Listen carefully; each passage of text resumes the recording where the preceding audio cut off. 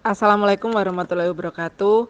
Saya Rizka Sukma Isnayanti, calon guru penggerak angkatan 9 dari SMP Negeri 5 Jepara. Pada kesempatan kali ini, saya membagikan aksi nyata saya ketika melakukan diseminasi budaya positif terhadap beberapa bapak dan ibu guru SMP Negeri 5 Jepara. Sebelumnya, saya sudah meminta izin kepada Ibu Lisna Handayani MPD selaku Kepala SMP Negeri 5 Jepara bahwa saya akan melakukan diseminasi budaya positif kepada beberapa bapak dan ibu guru SMP Negeri 5 Jepara. Sesuai dengan yang saya rencanakan, saya menggunakan laboratorium IPA sebagai tempat saya melakukan aksi nyata. Kemudian alat dan bahan yang saya gunakan adalah gawai untuk merekam, laptop, proyektor, pointer, mic, speaker, dan tripod. Berikut adalah aksi nyata saya untuk modul 1.4 Budaya Positif. Semoga menginspirasi. Wassalamualaikum warahmatullahi wabarakatuh. Assalamualaikum warahmatullahi wabarakatuh.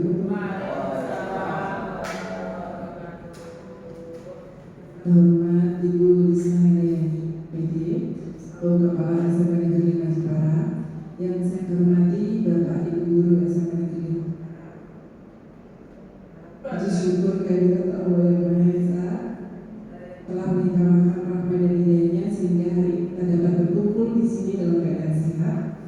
Salawat serta salam tak lupa kita haturkan kepada junjungan kita Nabi Muhammad SAW yang akan kita nantikan syafaatnya di yaumul akhir.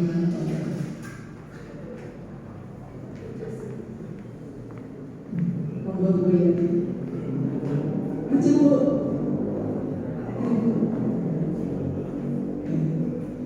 Pada kesempatan kali ini saya mau mendengarkan kegiatan dari Tuhan dalam diseminasi atau pembahasan apa yang telah saya pelajari pada modul 1.1 di LMS calon guru penggerak. Jadi ini materi pada 1.4 yaitu budaya positif. Nah, ini di dalamnya banyak sekali materi yang menurut saya sangat bagus untuk perkembangan murid kita. Jadi langsung saja saya mulai. Jadi ini adalah materi yang saya pelajari juga, untuk saya terangkan kepada Bapak Ibu semua.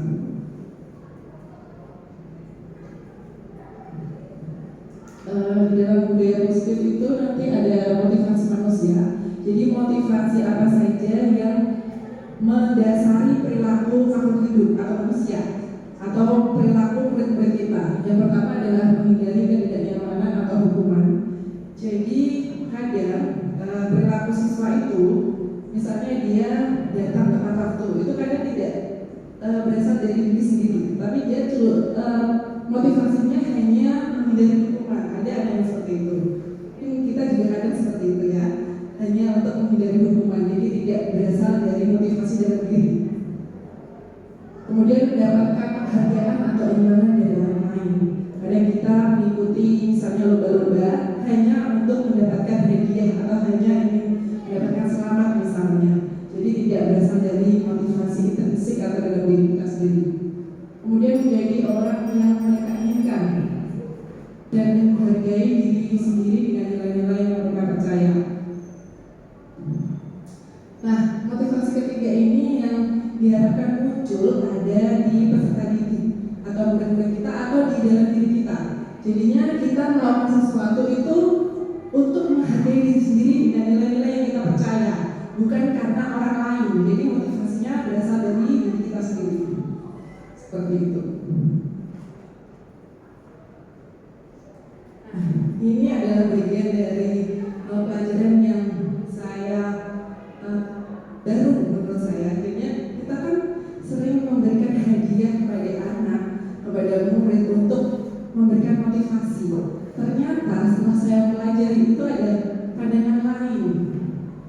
Ini judulnya adalah didukung oleh penghargaan.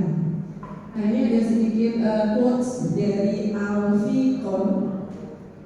Saat kita berulang kali menjanjikan hadiah kepada anak-anak agar berperilaku bertanggung jawab, atau kepada seorang murid agar mempelajari sesuatu yang baru, atau kepada seorang karyawan misalnya agar melakukan pekerjaannya, kita itu sedang berasumsi mereka tidak dapat melakukan Jadi atau mereka tidak akan memilih untuk melakukannya.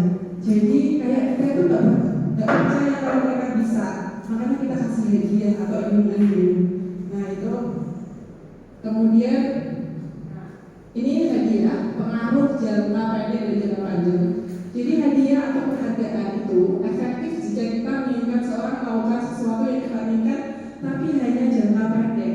Misalnya kita pengen anak kita nggak rame, terus nanti dikasih hadiah biar dia memang, tapi dalam jangka pendek mereka tidak akan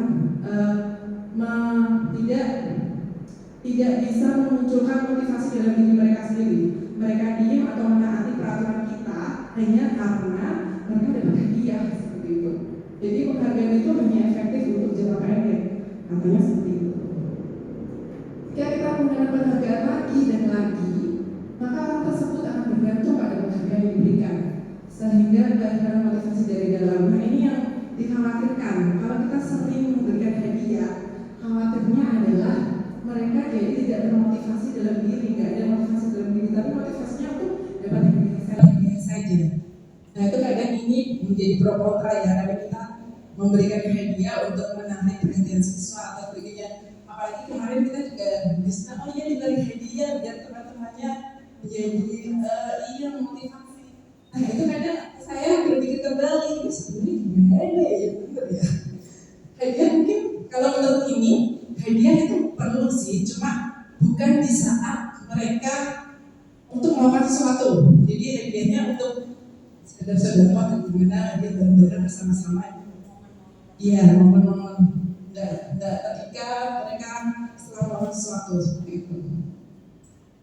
Kemudian penghargaan tidak efektif. Suatu penghargaan adalah suatu benda atau peristiwa yang diinginkan yang dibuat dengan persyaratan. Hanya jika Anda melakukan hal ini, maka Anda akan mendapatkan penghargaan yang diinginkan. Itu kan biasanya kalau kamu melakukan ini, makanya nanti kalau enggak ya tidak, gitu kan. Orang yang berusaha berhenti merokok atau orang yang berusaha diet, menguruskan badan, bila diberi penghargaan, hampir tidak pernah berhasil. Mesti insya Allah nggak berhasil. Kalau tidak berasal dari diri sendiri atau dikasih penyakit atau terus diam. Tapi kalau cuma mendapatkan penghargaan, menurut riset, menurut ini itu tidak akan berhasil. Jadi penghargaan itu tidak efektif. Penghargaan dapat merusak hubungan.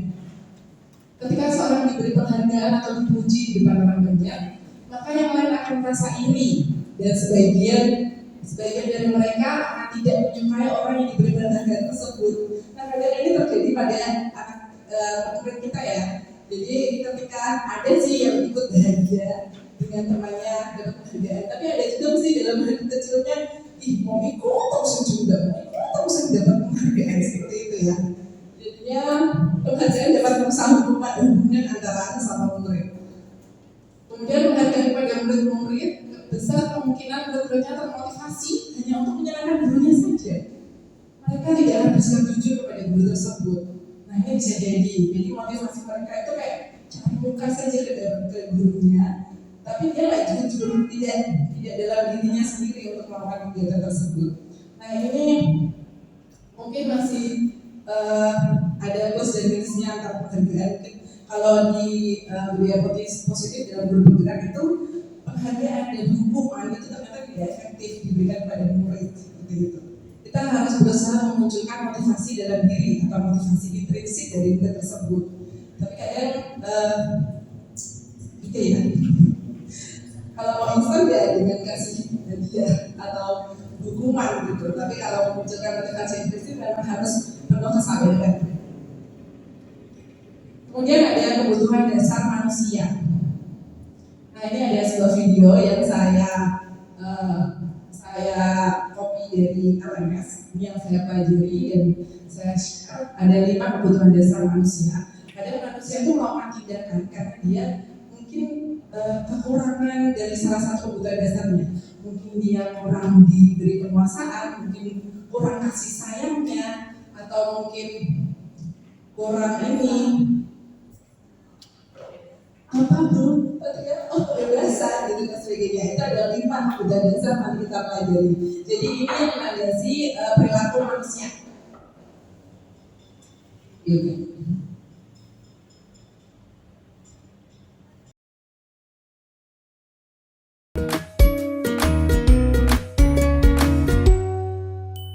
Salam dan bahagia Ibu dan Bapak guru hebat.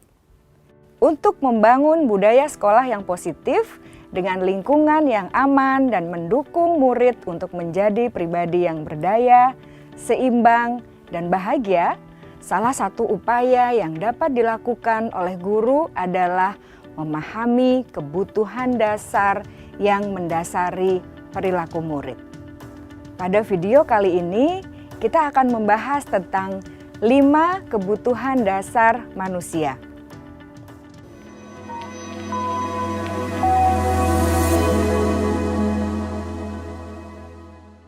Ki Hajar Dewantara dalam salah satu kutipannya menyatakan, kita ambil contoh perbandingannya dengan hidup tumbuh-tumbuhan. Seorang petani dalam hakikatnya sama kewajibannya dengan seorang pendidik yang menanam padi misalnya. Hanya dapat menuntun tumbuhnya padi. Ia dapat memperbaiki kondisi tanah, memelihara tanaman padi, memberi pupuk dan air, membasmi ulat-ulat atau jamur-jamur yang mengganggu hidup tanaman padi, dan lain sebagainya. Ketika guru memahami kebutuhan apa yang mendasari perilaku murid, dan guru berusaha menuntun dan mendukung murid dalam memenuhi kebutuhannya secara positif, pada hakikatnya guru tersebut ibarat seorang petani yang sedang berusaha memahami kebutuhan masing-masing tanaman. Dan ia berusaha memenuhi kebutuhan tanaman tersebut agar dapat tumbuh dengan subur dan maksimal. Dr. William Glasser, seorang psikiater dari Amerika Serikat, menyatakan bahwa seluruh tindakan manusia memiliki tujuan tertentu, yaitu memenuhi kebutuhan dasarnya. Ketika kelima kebutuhan dasar telah terpenuhi secara memadai, maka murid akan tumbuh dengan seimbang dan bahagia. Sebaliknya, ketika kebutuhan dasar tidak terpenuhi dengan baik, maka seseorang akan mengalami emosi negatif seperti bosan, sedih, dan kecewa. Bahkan mereka dapat melakukan perbuatan yang bertentangan dengan nilai-nilai kebajikan atau melanggar peraturan. Dengan kata lain, perilaku buruk seseorang biasanya adalah respons dari kebutuhan yang tidak terpenuhi. Namun, mereka tidak tahu cara untuk menyampaikannya. Ada 5 kebutuhan dasar manusia menurut Dr. William Glasser, yaitu yang pertama, kebutuhan untuk bertahan hidup atau survival. Yang kedua, kebutuhan untuk merasa diterima atau love and belonging. Yang ketiga, kebutuhan akan kebebasan atau freedom. Yang keempat, kebutuhan akan kesenangan atau fun. Dan yang kelima, kebutuhan akan penguasaan atau power.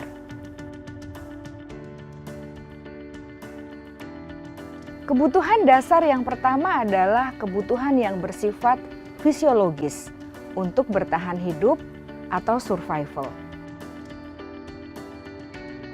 Misalnya, kesehatan, rumah, dan makanan.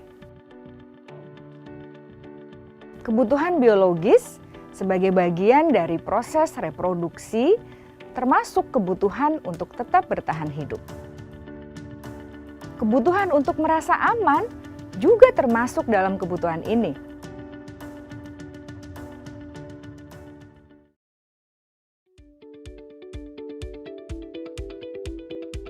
Agar murid dapat belajar dengan baik, kebutuhan mereka akan rasa aman, pangan, sandang, dan papan harus terpenuhi. Bagaimana mungkin mereka dapat belajar dengan baik bila mereka datang ke sekolah dengan perut yang lapar atau bila rumah mereka kebanjiran.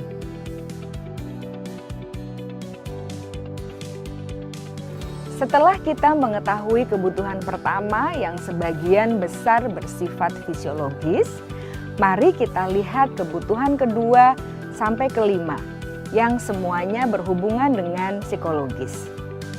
Mari kita lihat kebutuhan yang kedua, yaitu kebutuhan akan perasaan diterima oleh kelompok atau komunitasnya, atau kebutuhan love and belonging.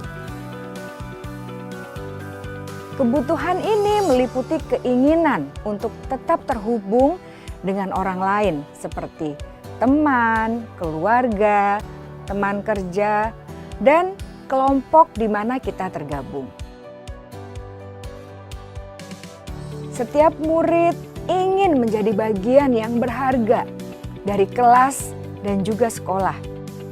Mereka juga ingin diterima oleh orang lain dan kelompoknya.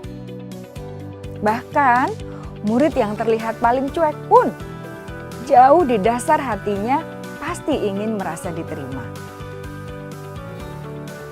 Sebagai guru seharusnya kita dapat menerima murid kita apa adanya, sesuai dengan kodratnya. Karena setiap murid adalah unik. Mereka memiliki kekuatannya masing-masing sehingga guru seharusnya bisa menciptakan kesempatan untuk murid berkolaborasi dan memiliki ikatan emosi satu sama lain. Murid-murid yang memiliki kebutuhan yang besar untuk merasa diterima, biasanya mereka belajar karena suka pada gurunya, dan mereka juga suka bekerja dalam kelompok. Kebutuhan yang ketiga adalah kebutuhan akan kebebasan atau kebutuhan membuat pilihan. Murid harus diberi kesempatan untuk membuat pilihan dan bertanggung jawab atas pilihan yang mereka telah ambil. Memberi mereka kebebasan bukan berarti membiarkan mereka melakukan apa saja yang mereka mau, melainkan lebih memberi mereka kesempatan untuk membuat pilihan, menyuarakan pendapat mereka dengan percaya diri, dan memberi mereka kesempatan untuk mencoba hal-hal yang baru.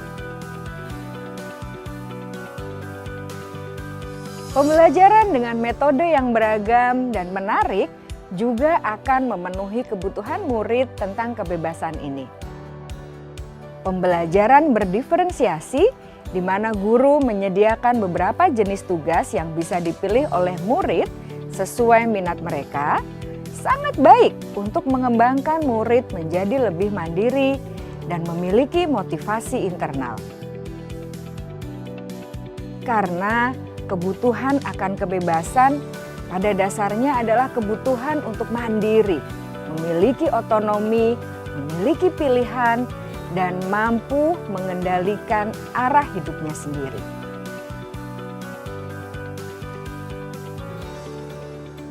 Kebutuhan yang keempat adalah kebutuhan akan kesenangan. Bayangkan Bapak Ibu, hidup tanpa rasa senang. Betapa menyedihkannya. Glasser menghubungkan kebutuhan akan kesenangan dengan belajar.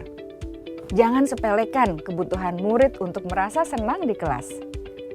Sebagai guru, jangan ragu-ragu untuk dengan sengaja memasukkan kegiatan yang menyenangkan dalam kelas.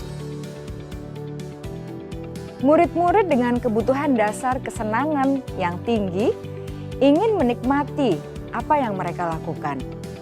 Mereka juga konsentrasi tinggi saat mengerjakan hal-hal yang disenangi.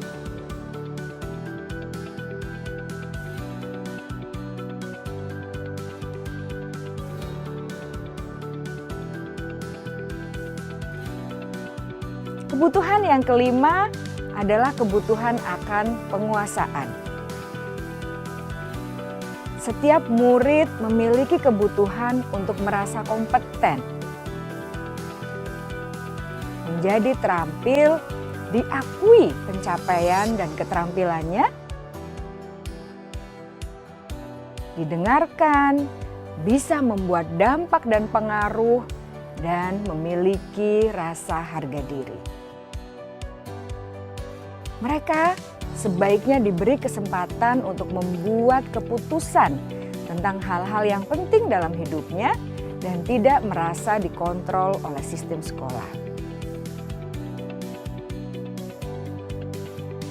Pada murid yang telah menginjak usia remaja, seringkali mereka merasa tidak memegang kendali atas kehidupannya sendiri, karena guru kerap kali berpengaruh dalam mengambil keputusan. Murid-murid yang memiliki kebutuhan dasar akan penguasaan yang tinggi biasanya selalu ingin menjadi pemimpin. Mereka juga suka mengamati sebelum mencoba hal-hal yang baru. Mereka juga perfeksionis dan merasa kecewa bila melakukan kesalahan.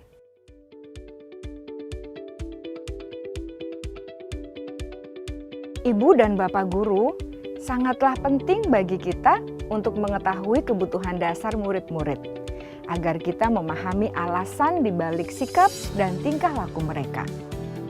Bila murid berperilaku buruk atau melanggar peraturan, sehingga tindakannya tidak sesuai dengan nilai-nilai kebajikan, maka guru harus mencari tahu alasan yang mendasari tindakan tersebut dan kebutuhan apa yang belum terpenuhi. Melalui percakapan dengan guru dalam pendekatan disiplin positif, murid dapat diajak untuk bersikap reflektif dalam mengenali kebutuhan-kebutuhan yang berusaha mereka penuhi dan mendasari tindakan mereka. Jika guru mengabaikan perilaku buruk murid-murid, maka perilaku tersebut akan berpengaruh pada suasana kelas yang kurang kondusif dan akan berpengaruh pada tujuan dari pendidikan itu sendiri. Ibu, Bapak guru hebat, mari kita menjadi guru yang lebih baik dengan memahami kebutuhan dasar murid-murid kita dan senantiasa membimbing mereka untuk menjadi pribadi yang berdaya, seimbang, dan bahagia. Salam dan bahagia, Ibu dan Bapak guru hebat.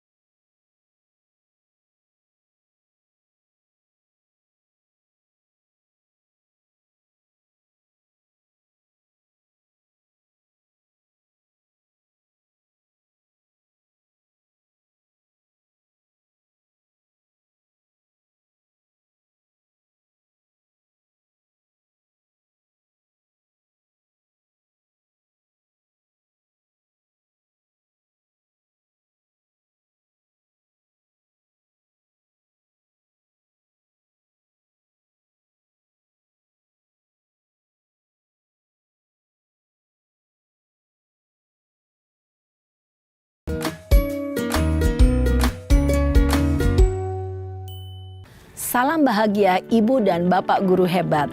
Dalam penerapan disiplin positif restitusi, salah satu program yang dikembangkan adalah 5 posisi kontrol.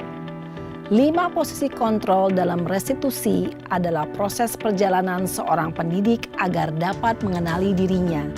Pada video kali ini, kita akan membahas tentang 5 posisi kontrol yang dikembangkan oleh Diane Gosson dan contoh penerapannya.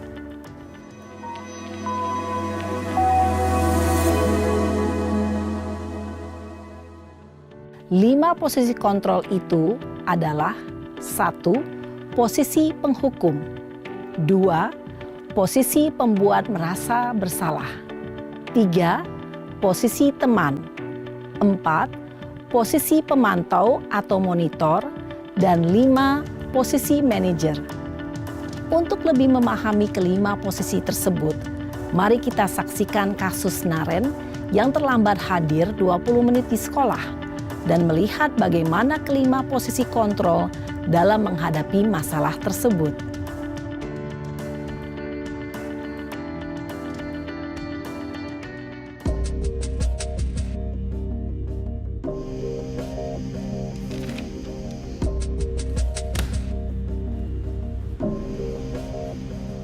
Naren! Sini kamu! Selamat pagi, Bu. Selalu terlambat. Kamu deh, pasti terlambat. Maaf, Bu. Saya... Apa? Apa coba? Alasan kamu apa lagi? Kapan sih kamu tidak terlambat? Malas sekali ya kamu jadi anak. Saya... Dasar pemalas. Gak kapok-kapok sih kamu. Sudah berapa kali terlambat? Sana. Kamu keliling lapangan basket 2 kali. Kenapa saya harus keliling lapangan basket, Bu? Kenapa? Kamu mau lawan ibu? Berani-beraninya jawab. Sudah terlambat, masih berani jawab pula. Sekarang, keliling lapangan basket 5 kali sekalian. Biar kapok. Cepat. Pergi sana ke lapangan basket. Posisi penghukum biasanya berbicara dengan nada tinggi, menghardik, menunjuk-nunjuk, menyakiti, dan menyindir. Hukuman bisa berupa fisik maupun psikis. Ibu dan Bapak guru hebat, dampak yang terjadi pada murid ketika guru berada pada posisi penghukum adalah murid cenderung akan memberontak, bahkan menyimpan dendam.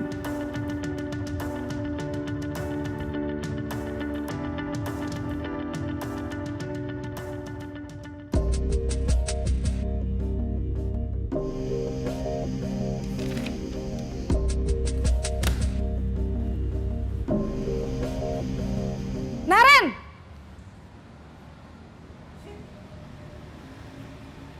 Selamat pagi, Bu. Naren. Kamu kenapa terlambat lagi, nak? Ya Tuhan, Naren. Kamu senang ya bikin ibu susah ya? Kalau kamu terlambat lagi, nanti ibu yang ditegur bapak kepala sekolah, nak. Disangka ibu tidak bisa membina kamu. Duh, gimana ini? Maaf, Bu. Duh, Gusti Naren. Kamu suka ya kalau ibu ditegur bapak kepala sekolah? Terus, sekarang ibu harus tulis apa ini di buku absen? Ini kamu sudah sering terlambat loh. Ibu harus apa coba? Maaf, Bu. Maaf sekali. Ya sudah, lain kali jangan bikin ibu susah lagi ya, nak ya. Ibu tidak akan kuat lagi kalau kamu begini terus. Bisa jantungan kalau ibu ditegur bapak kepala sekolah. Sana cepat ke kelas. Maaf ya, Bu. Maaf sekali. Posisi pembuat rasa bersalah berbicara dengan nada tenang, cenderung lembut.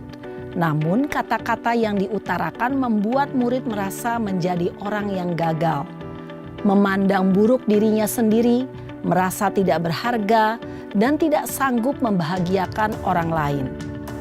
Ketika guru mengambil posisi pembuat rasa bersalah, murid akan menganggap dirinya yang bersalah dan ia akan menyimpan emosi negatif tersebut di dalam dirinya.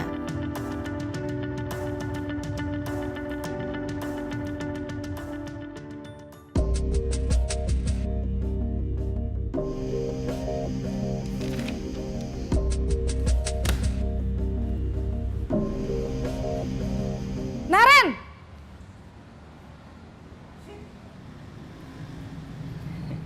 Selamat pagi, Bu.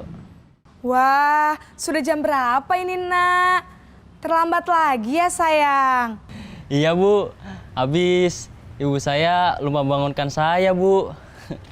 Kamu malah menyalahkan ibu kamu. Kamu bukannya anak yang larinya paling kenceng. Kok terlambat sih? Iya, Bu. Saya memang terlambat bangun tadi. Jadi, biarpun saya lari kencang, tetap gak kekejar, Bu. Ya sudah sana. Nanti lain kali larinya lebih kenceng lagi ya. Biar gak terlambat lagi. Bikin seneng ibu. Demi ibu. Bisa kan? Bisa lah, Bu. Ya sudah sana masuk kelas. Ibu beresin urusan absen kamu. Kamu ini ada-ada saja.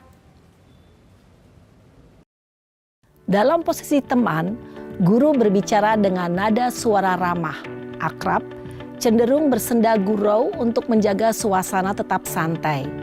Murid akan merasa senang, aman, dan akrab dengan guru. Identitas yang tercipta adalah identitas sukses atau berhasil. Namun, perlu diingat, karena ini masih dorongan eksternal, maka ada faktor ketergantungan dari murid kepada orang tertentu. Di sini, guru absennya, sehingga di lain waktu, murid bisa berperilaku baik, namun hanya kepada orang-orang tertentu saja.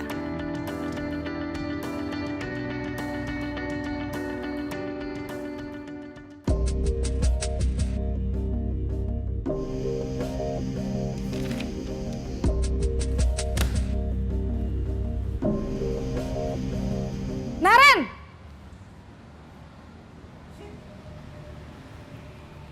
Selamat pagi, Bu. Naren, apa peraturan sekolah kita tentang jam berapa kita harus masuk sekolah, Nak? Kita harus di sekolah jam 7, Bu. Iya, betul. Sekarang sudah jam 7.20. Naren sudah tahu konsekuensinya jika terlambat hadir. Paham, Bu. Saya harus tinggal kelas pas jam istirahat selama 20 menit. Iya, benar. Konsekuensinya demikian. Jadi nanti jam 9.30 pas istirahat, kamu harus tinggal di kelas, kerjakan tugas tambahan untuk ketertinggalan kamu, ya? Baik, Bu. Posisi pemantau mengandalkan penghitungan atau data untuk mengontrol murid. Guru mengarahkan murid berdasarkan peraturan dan konsekuensi. Seorang pemantau menunjukkan bahasa tubuh dan ekspresi wajah yang datar dan cenderung formal.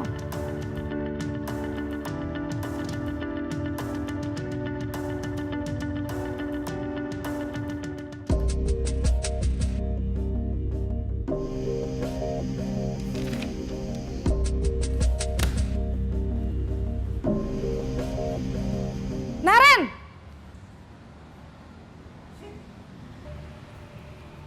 Selamat pagi, Bu. Selamat pagi, Naren. Maaf, Bu. Saya terlambat. Iya, sekolah masuknya jam 7, sekarang sudah jam 7.20. Jadi sekarang bagaimana ini, Naren? Maaf, Bu. Saya lupa setel alarm saya semalam. Baiklah, menurut kamu, keyakinan sekolah yang mana yang perlu kamu tingkatkan? Menghargai diri sendiri dan orang lain mungkin ya, Bu. Setuju. Jadi, apakah Naren meyakini prinsip saling menghormati tersebut? Iya, Bu. Saya meyakininya. Apakah Naren bersedia memperbaiki masalah keterlambatan ini? Bersedia, Bu. Bagaimana kamu akan perbaiki masalah keterlambatan ini? Saya akan coba untuk tidak lupa menyetel alarm saya, Bu. Baik, kalau Naren lupa menyetel alarm di rumah, ada orang yang kira-kira bisa bantu mengingatkan tidak? Ada, Bu. Kakak saya, Kak Ema. Ada lagi selain Kak Ema? Selain Kak Ema, ada ibu saya. Baik, jadi yang mengingatkan Naren adalah Kak Emma dan ibu kamu ya? Kira-kira akan mulai setel alarm kapan nih Naren? Setelah pulang sekolah, akan segera saya lakukan. Baik, jadi Naren akan setel alarm untuk bangun besok pagi dan akan diingatkan oleh kakak dan ibunda Naren ya. Ada lagi yang mungkin perlu dilakukan Naren? Agar tidak terlambat bangun lagi. Tidak ada, Bu. Baik Naren, terima kasih untuk kerjasama kamu. Sekarang kamu perlu kembali ke kelas untuk belajar. Baik, Bu. Terima kasih. Posisi manajer adalah posisi kontrol yang disarankan untuk membimbing murid memiliki sikap disiplin yang positif, yaitu murid yang mandiri, bertanggung jawab, dan dapat memecahkan masalah. Tujuan dari posisi ini adalah agar murid dapat berefleksi atas tindakannya. Guru akan dengan tulus memberikan pertanyaan-pertanyaan bermakna, sehingga membuat murid dapat belajar dari kesalahannya dan mencari sebuah solusi untuk menyelesaikannya. Ibu dan bapak guru hebat, setelah mengamati adegan kelima posisi kontrol tadi, kira-kira posisi mana yang paling ideal? Posisi mana yang dapat menunjang motivasi intrinsik murid? Ya, tentu posisi manajer. Posisi ini memang posisi ideal yang ingin dituju setiap pendidik. Pada posisi inilah, guru dapat menerapkan disiplin positif yang berpihak pada murid, yang memerdekakan murid. Perjalanan seorang pendidik tentunya tidak mudah untuk sampai pada posisi seorang manajer. Namun, tujuan kita pasti, yaitu menciptakan murid-murid yang mandiri, merdeka, dan bertanggung jawab. Semoga penggambaran 5 posisi kontrol yang telah diperlihatkan ini dapat menjadi ajang refleksi bagi kita semua, agar dapat terus mengasah dan menerapkan disiplin positif yang memerdekakan murid. Mari terus berlatih dan bersemangat. Selamat menerapkan. Salam dan bahagia, Ibu dan Bapak Guru hebat.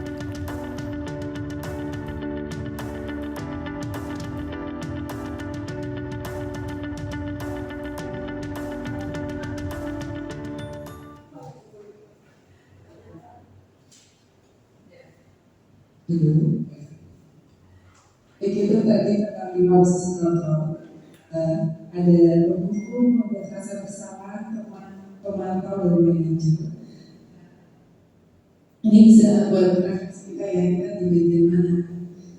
Ya, kalau kalian tadi yang paling ideal ada yang manajer, tapi itu tidak. Jadi sudah disebutkan bahwa itu tidak mudah. Mesti Pak perlu proses untuk menjadi seorang posisi kontrol manajer. Kadang manajer terus juga susah ya diterapkan, apalagi kalau manusia-manusia tertentu itu kan ada di kita. Nah itu belajar, makanya kita belajar sabar. Padahal ini coba kita bayangkan kalau menurut kita ini ada satu yang terlambat, berarti kita berapa ya? Ngobrol seperti tadi mesti akan memakan waktu yang lama. Mungkin bisa dimulai dari sehari kita mencoba dengan satu anak dan seterusnya. Insya Allah nanti semoga kita bisa mengimplementasikan posisi manajer meskipun memang agak susah. Selanjutnya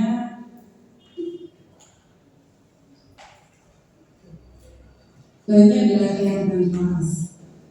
Keyakinan kelas ini mengapa keyakinan kelas? Maka tidak peraturan kelas saja.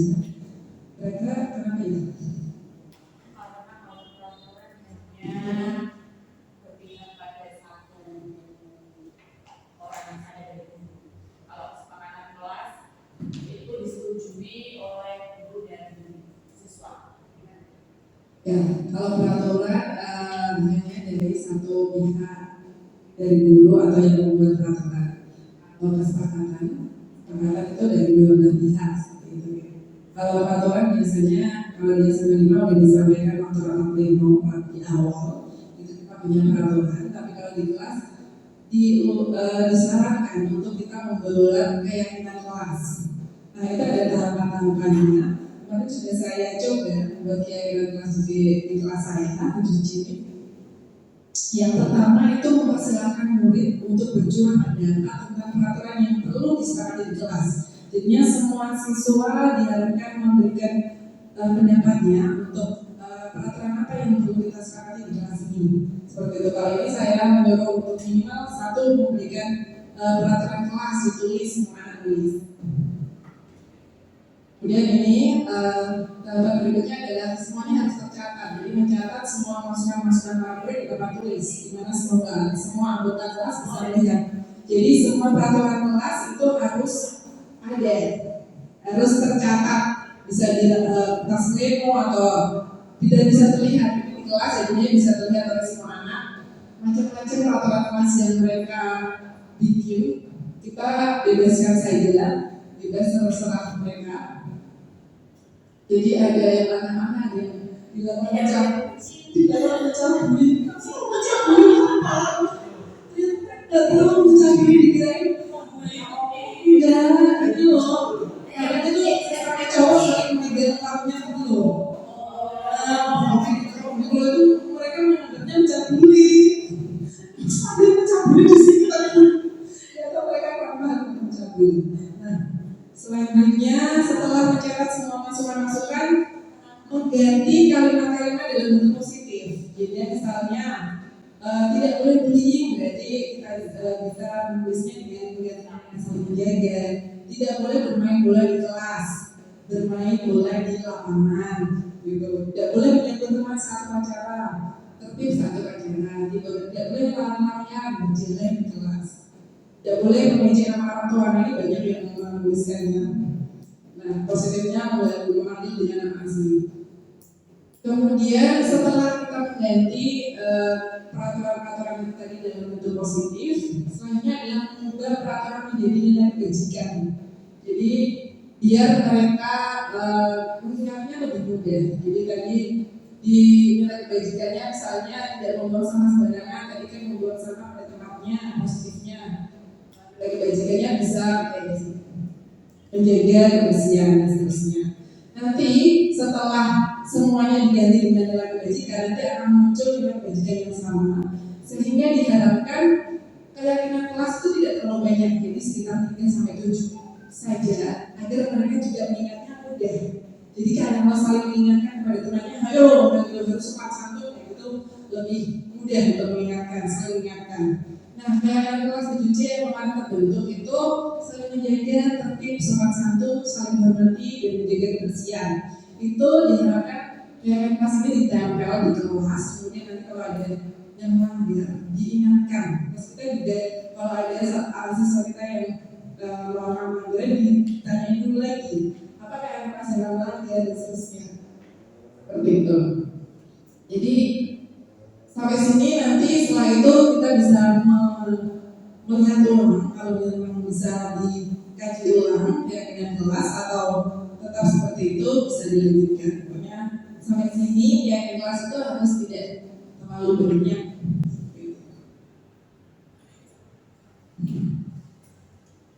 Kemudian ada segitiga restitusi. Segitiga restitusi ini adalah cara disarankan untuk menyelesaikan suatu permasalahan yang ada pada murid, seperti itu. Jadi kita nggak boleh membuat murid merasa bersalah, tidak boleh menghakimi seperti itu. Ini nanti akan diberikan contoh penyelesaian masalah yang seharusnya. Kadang tidak, kita jadi tidak boleh bilang kamu itu salah kayak gitu, nggak boleh ternyata harus mancing-mancing saja. Ini satu video, insya Allah video terakhir.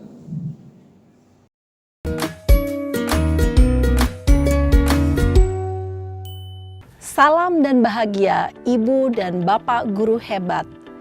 Pada video kali ini kita akan membahas tentang salah satu program disiplin positif yang diterapkan di lingkungan sekolah yang dikenal dengan nama restitusi.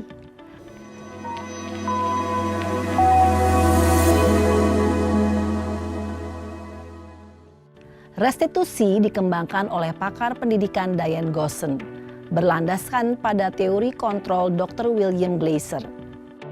Segitiga restitusi adalah suatu proses dialog yang dijalankan oleh guru atau orang tua agar dapat menghasilkan murid yang mandiri dan bertanggung jawab. Pada saat guru di posisi manajer, aspek yang dikembangkan pada murid adalah motivasi intrinsik, sehingga penanaman nilai-nilai kebajikan dapat tumbuh dan berkembang menjadi suatu kebiasaan positif yang akhirnya membentuk karakter murid. Proses dialog ini terdiri dari 3 langkah yang digambarkan pada ketiga sisi pada segitiga restitusi. Sisi pertama adalah menstabilkan identitas. Sisi yang kedua adalah validasi tindakan yang salah. Dan sisi yang ketiga adalah menanyakan keyakinan. Ibu dan Bapak guru, berikut ini akan ditunjukkan bagaimana seorang guru berada dalam posisi manajer menggunakan penerapan segitiga restitusi.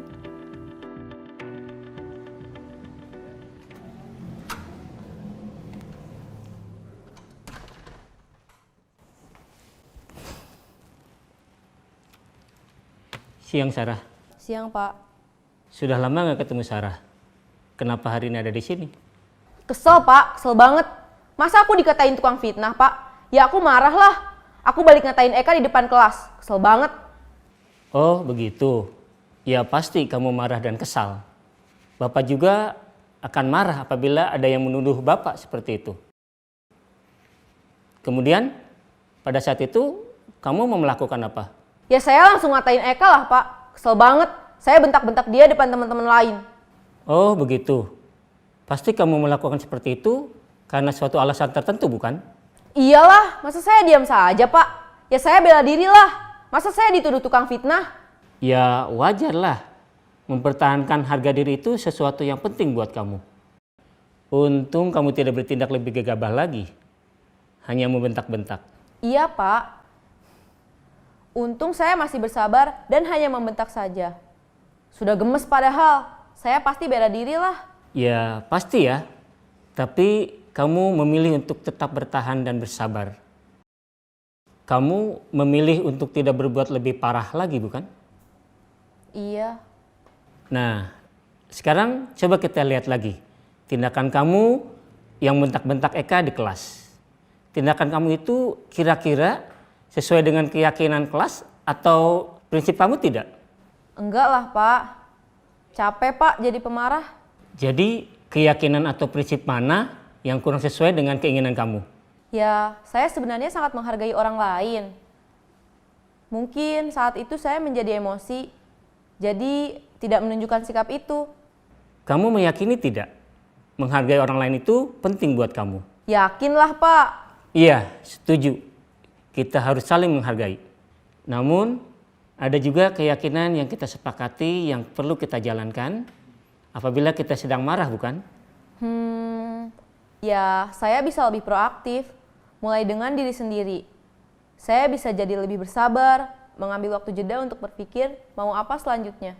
Kira-kira kamu bersedia memperbaiki masalah ini tidak? Bersedia, Pak. Kalau kamu memperbaiki masalah ini, kamu akan menjadi orang seperti apa? Saya akan menjadi orang yang bertanggung jawab kali ya, Pak. Dan senantiasa proaktif. Iya, menurut kamu bagaimana rasanya menjadi orang seperti itu? Ya nyaman lah, bangga bisa bersabar dan menahan diri. Baiklah kalau begitu. Yuk kita pikirkan bagaimana memperbaiki masalah ini.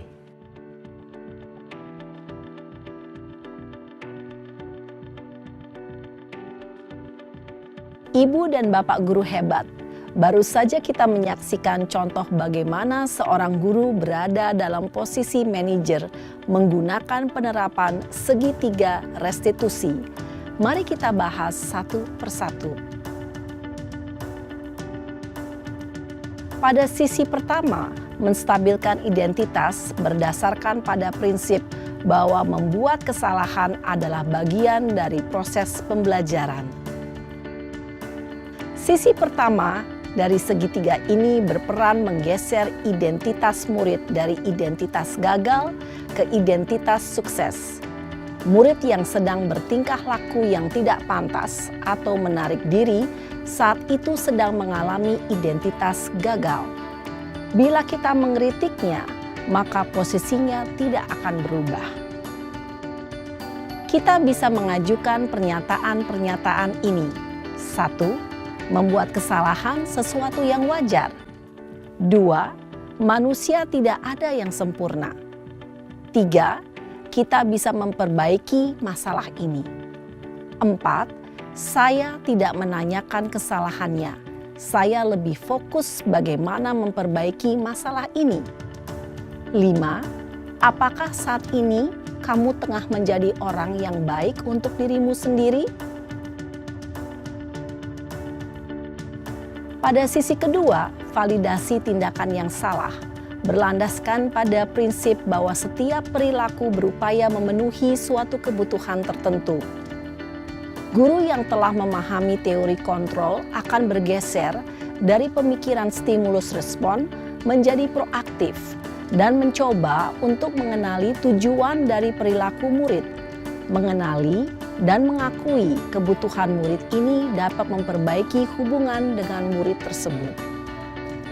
Pernyataan atau pertanyaan bisa disampaikan dengan nada suara tidak menghakimi atau memojokkan, sehingga dapat mengembalikan murid pada posisi positif. 1. Kamu bisa saja bertindak lebih gegabah lagi dari ini. 2. Kamu bukan melakukannya tanpa suatu alasan tertentu. 3. Kamu melakukannya karena mempertahankan sesuatu yang penting bagimu. 4. Mungkin kamu bisa mempelajari suatu perilaku baru yang lebih efektif. Bersediakah kamu mempelajarinya? Selanjutnya, kita akan simak sisi terakhir, yaitu menanyakan keyakinan. Teori kontrol menyatakan bahwa pada dasarnya kita termotivasi secara intrinsik. Pada saat perilaku yang salah telah divalidasi dan identitas sukses telah stabil, maka murid telah siap mengaitkan keyakinan-keyakinannya dengan tindakannya yang salah dan pemikirannya telah bergeser ingin menjadi orang yang dituju. Pertanyaan-pertanyaan ini dapat mengaitkan keyakinan-keyakinan yang dianut murid. 1. Sebagai keluarga atau kelas, apa yang kita yakini? 2. Nilai-nilai apa yang telah kita sepakati? 3. Seperti apa gambaran sebuah kelas yang ideal bagi kamu? 4. Kamu ingin menjadi orang seperti apa?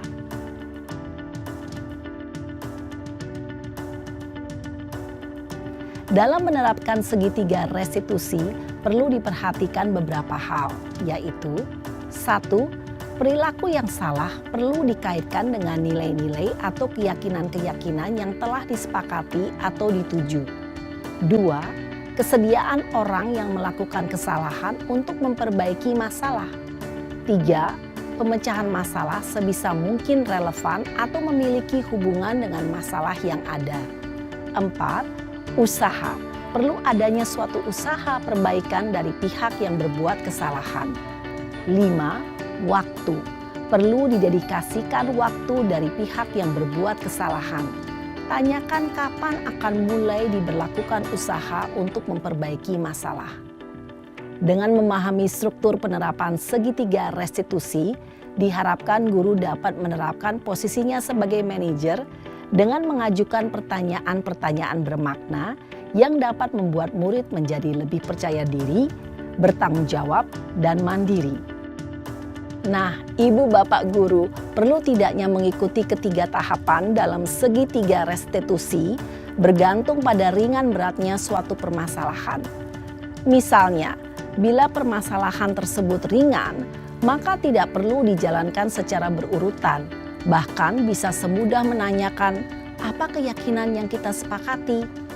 Dengan menjalankan segitiga restitusi, dengan mengajukan pertanyaan-pertanyaan bermakna, diharapkan murid menjadi lebih kuat secara pribadi, dapat membuka wawasan murid agar dapat menyelesaikan permasalahannya sendiri, semakin percaya diri, mandiri, dan merdeka. Salam dan bahagia, ibu bapak guru hebat.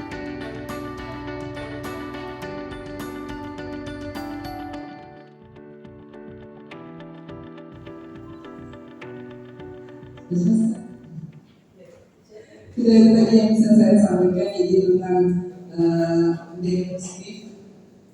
Selanjutnya saya pengen ajarkan rekan dari Bapak Ibu.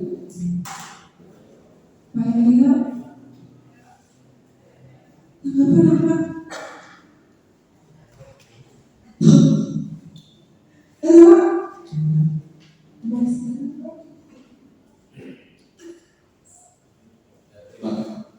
Terima kasih.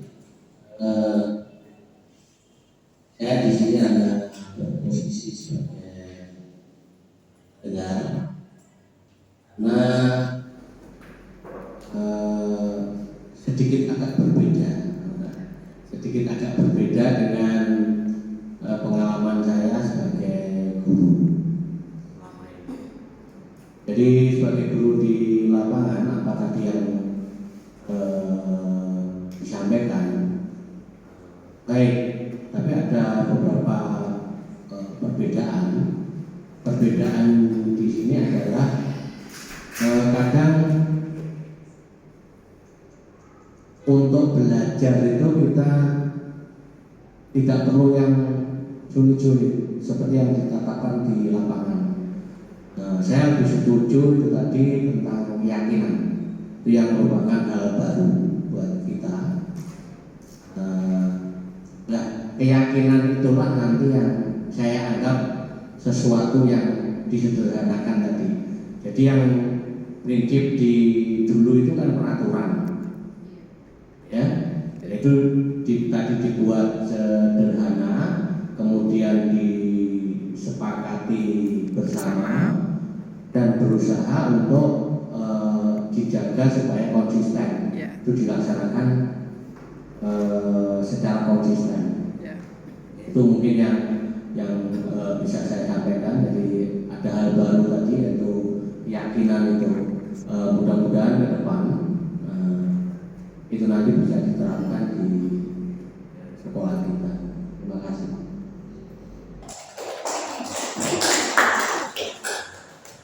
Terima kasih Pak Yaya atas tanggapannya. Alhamdulillah ada yang nyangkut ya tentang keyakinan kelas, keyakinan bisa kelas, keyakinan sekolah, pokoknya keyakinan di dalam hidup.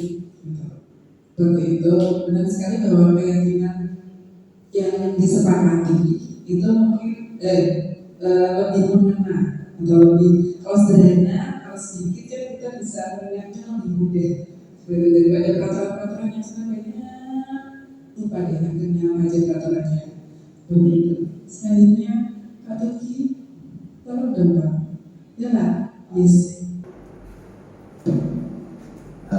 Ya, terima kasih kesempatan yang berikan kepada saya. Tampilan atau materi yang disampaikan tadi banyak hal yang kita terima dan bisa kita manfaatkan untuk kegiatan pembelajaran tiap hari, terutama seperti yang disampaikan Pak Yono tentang keyakinan. Kalau dulu istilah kesepakatan antara guru atau wali kelas dan muridnya. Dengan kesepakatan atau keyakinan itu pasti mudah untuk diingatkan karena begitu sederhananya, begitu hal yang kecil tapi bisa dijabarkan masing-masing siswa, sehingga menyangkut hal yang banyak itulah kita tidak perlu menjelaskan pada anak itu terlalu lama. Misalnya sopan santun itu mengandung banyak berkaitan dengan perilaku siswa di kelas tersebut atau kesepakatan atau keyakinan yang dibuat oleh wali kelas atau guru bersama siswa tadi. Kemudian yang kedua, dengan adanya pemaparan atau teori-teori yang baru, mungkin dengan demikian itu kita punya wawasan atau pengetahuan tambahan minimal untuk perbaikan ke depan. Demikian, terima kasih. Terima kasih lagi, satu lagi, ya teman saya. Assalamualaikum warahmatullahi wabarakatuh. Terima kasih atas kesempatan yang diberikan ya. Jujur saja untuk materi ini adalah materi yang sangat bagus, hal baru, ilmu baru, wawasan baru buat saya. Karena selama ini pada intinya sama dengan Pak Yoyo, Pak Tugi sebagai guru yang sudah ibaratnya sudah lebih dari 10 tahun ya, bahkan 20 tahun ya. Ini teori, saya katakan teori karena saya selama ini sebagai guru belum bisa pada langkah atau tahapan seperti itu. Jadi ibaratnya kalau saya sebagai guru ini hanya masih sebagai manusiawi yang masih menghadapi siswa yang kalau ada yang tidak disiplin, tidak sesuai dengan keyakinan bahkan kesepakatan, itu langsung emosinya tingkat tinggi gitu. Nah, oleh karena itu dari teori ilmu ini semoga minimal bisa tahu, oh ternyata selama ini saya sebagai guru itu belum bisa seperti itu. Minimal ya tahu ilmunya, tahu teorinya. Nah, saya sangat berterima kasih pada Bu Rizka sebagai CGP yang sudah mau mendiseminasi, ya istilahnya seperti itu, mendiseminasi, menularkan ilmu ini kepada kita semua. Saya tunggu jempol, bersih, bagus sekali Bu Rizka. Ini bukan karena saya sebelahnya Bu Rizka ya, di sebelahan duduknya di kantor. Tapi ini terima kasih sekali sebagai masukan pada saya pribadi dalam berapa namanya ya, berinteraksi dengan terutama siswa, kepada Bapak Ibu guru yang mungkin ini sebagai apa ya, unek-unek. Kalau dengan murid kita bagaimana, dan yang lebih banyak intinya ketika kita bergaul berhubungan dengan Bapak Ibu guru. Ini mungkin tidak ada hubungannya dengan hal ini. Ketika kita menghakimi seseorang karena tidak disiplin, ya kalau bisa ini untuk mengingatkan pada diri saya cara atau mengingatkan pada teman, pada apalagi pada anak ya, menggunakan cara-cara yang bisa dikatakan tidak terus langsung dar-dar gitu. Nah, itu bisa kita jadikan sebuah pembelajaran, dan kalau bisa ya materinya di share sedikit tadi, bisa difotokan atau ibaratnya untuk pengingat buat kita. Terima kasih, demikian dari saya. Assalamualaikum warahmatullahi wabarakatuh. Waalaikumsalam. Terima kasih Bu. Bu Nurul itu adalah kita semua ya, mewakili saya juga seperti itu.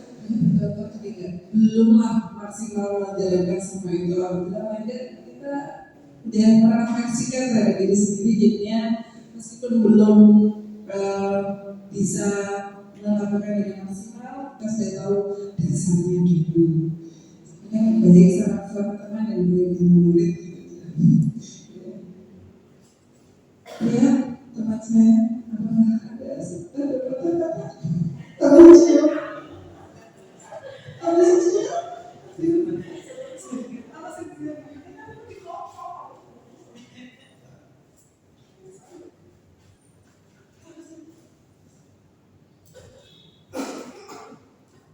Terima kasih atas waktu yang sudah diberikan kepada saya.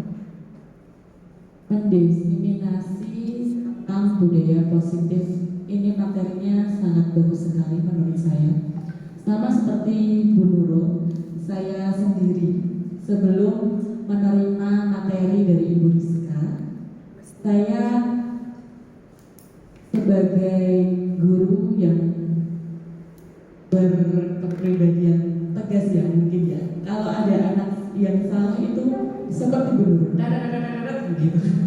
Tetapi ternyata di materi budaya positif ini sangat mengubah sekali pola pikir saya pribadi. Ternyata ada banyak langkah-langkah untuk menangani studi kasus, menangani anak-anak yang bermasalah, ternyata untuk memunculkan motivasi dari anak tersebut untuk menyadari kesalahan anak tersebut, itu ternyata bagus sekali untuk diterapkan di kemudian hari besok ya mungkin ya setelah menerima materi ini.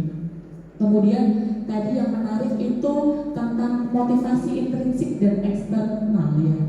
Ya, internal dan eksternal ya. Ternyata memberi hadiah itu merusak motivasi intrinsik dari diri siswa tersebut. Ya Bu, begitu ya. Ternyata yang dulunya saya sering memberikan hadiah kalau mengajar, membawa ciki seperti itu, tidak apa-apa. Seperti itu ternyata dapat membuat anak ketergantungan dengan pelajaran saya. Itu termasuk merusak motivasi intrinsik. Saya sangat belajar banyak dari materi yang sudah diberikan Bu Rizka. Terima kasih, semoga sukses terus ke depannya. Assalamualaikum warahmatullahi wabarakatuh. Terima kasih Bu Adria. Jadi memberikan hadiah sebenarnya sih kalau tergantung maksudnya ya. Ini berapa sekali kok sudah sebenarnya. Jadinya mungkin ada waktu tertentu yang bisa kita cara penyampaiannya aja seperti gimana memberikan hadiah seperti itu ya. Iya berarti ya jangan selalu ya yang ditambah dengan berdoa anaknya sakit. Ya sekian yang dapat saya sampaikan. Terima kasih atas perhatian Bapak Ibu semua. Terima kasih banyak ya.